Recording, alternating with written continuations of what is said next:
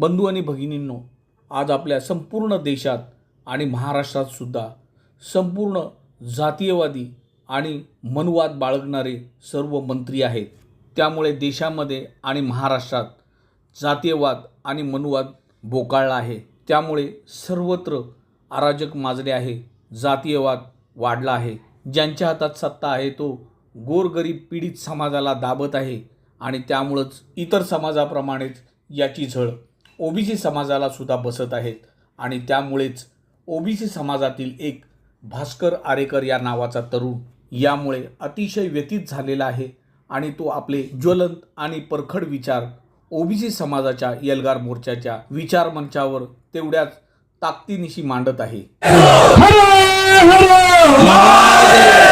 आता थोडंसं वाटायला लागलं की बाबा आंदोलन आल्यासारखं काहीतरी फलित झालं। बाबा कोण येत नाही पोलीस स्टेशनला जा आणि कोणतरी आपली दखल घेईल। मी एक मुद्दे मांडतो, विधानसभा क्षेत्र थांबा 2 मिनिटं। आणि आपले लोकांच्या डोक्यामध्ये काय राजकारणावर बोलायचं नाही। आज जर आपले लोक राजकारणात असतील ना ते आपली भीक मागायची पाळी आली नसती बांधवांना, लक्षात ठेवा।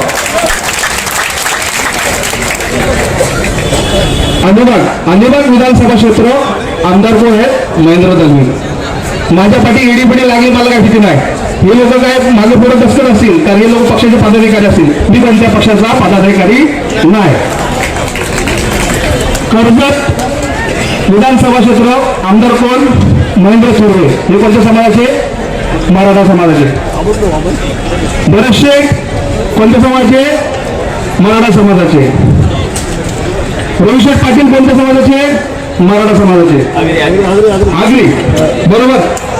अजितदाई तटकरे ओबीसी मध्ये येतात। महेंद्र पालवी ओबीसी मध्ये येतात। पुढे योगेश कदम मराठा समाज। गोवागर भास्कर जाधव मराठा समाज।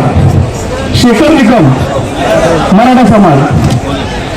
रत्नागिरी पुढं ज्या वेळेला जरांगे साहेबांनी इथे काय जोहार दिले ह्याच इथून, तेव्हा मराठा आपल्या कोकणातला एक आला होता असा माजलेला बाई, बरोबर नाही? अरे घाबरतो काय, अशीच बोललेलं आपण किती दिवस गुलाम म्हणून जगणार। नाव काय त्यांचं? सामंत। जोर नेण्यासाठी फुलांच्या मतावरती निवडून येतो बाबा, हा? आणि आपण लाजतोय आणि आपण काय विचारतोय की मंत्रालयात लोक नाही। अरे कशाला आपण घाबरतो एवढं यार? हा, आपण कोणाची मदत तर करत नाही, कोणावर अत्याचार तर करत नाही, आपण भांडतोय कोणासाठी? आपल्या येणाऱ्या पिढीसाठी, नाहीतर अशा पण आपण गुलामच आहोत। या कोकणामध्ये आपण सांगायला पुढे किती टक्के आपण आहोत? 70%, कोण बोलतो 52%, फक्त सांगायला पुढे आहोत। आपल्याला नेतृत्व कुठे आहे? आपण काय बोलतो? जिल्हा परिषद द्या, पंचायत समिती द्या साहेब, आणि ही वेळ आली ही पण मागायचीच, थांबा पुढे जातो। त्याचा भाऊ कोण? किरण सामंत, हे पण मराठा समाजाचे। पुढे कणकवलीमध्ये नितेश राणे साहेब मराठा समाज। निलेश राणे मराठा समाज। दीपक केसरकर मराठा समाज। आपला हाय कोण? मी विनंती करतो, मला जास्त वेळ घ्यायचं नाही। मला असं वाटतं बाकीची टीम संघाध्यक्ष जे आदेश देतील ते देतील, अंगावर केसेस होऊ द्या नाही तर काही होऊ द्या, काय फरक पडत नाही आपल्याला, काही घाबरायची गरज नाही। हा, आणि आलेल्या राज्य सरकारला माझी विनंती आहे, हे फक्त आलेलं आहे तेवढंच नाही, त्याच्या डबल कामावर गेलेलं आहे। जर आम्ही इथून त्यांना आवाहन केलं आणि गावापासून जर ठरवलं जेवढं गुन्हे घेऊन पुढे गोवा हवे निघा, मग समजा तुमच्याची ताकद काय असेल। हा, आणि याच्या पुढची लढाई काय असेल? ज्यांना आपल्या मतावर आपण निवडून दिलं ना, माझी तर वैयक्तिक आहे, मी संघाध्यक्ष मोठा नाही तुम्हाला करायला, मी तर सांगतो ज्यांना निवडून दिलं ना, आपल्या मायमाऊलीने मत दिलं ना, त्यांना सांगायचं आमच्यावर अन्याय होतोय, तुमची भूमिका स्पष्ट करा। याचा पुढचा आंदोलन यांच्या घरावरती असला पाहिजे, त्यांना समजेल घरावर एखाद्याचा अन्याय होतो, एखाद्या समाजावर अन्याय होतो ना, काय अवस्था होते।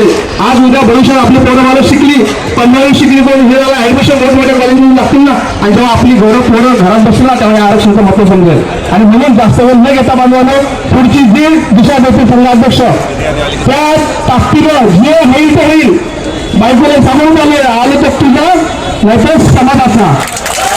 धन्यवाद।